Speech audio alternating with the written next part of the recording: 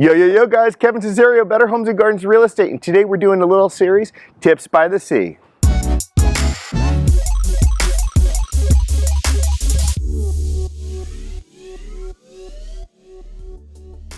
Alright, so today we're discussing the benefits of investing in multifamily properties.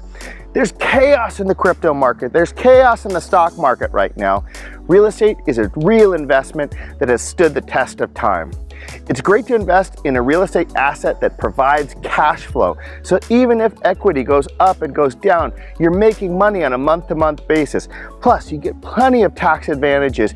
Talking about long-term wealth building here with long-term appreciation in the multifamilies.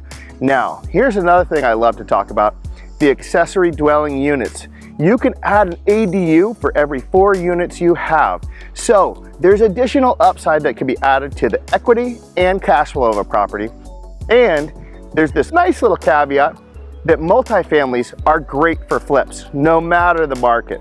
You can renovate them up, you can rent them out, and you're still collecting cash flow even while you're on the market. So if it doesn't sell, you're still making money. And that's why it's great to invest in real estate, multifamilies in today's market.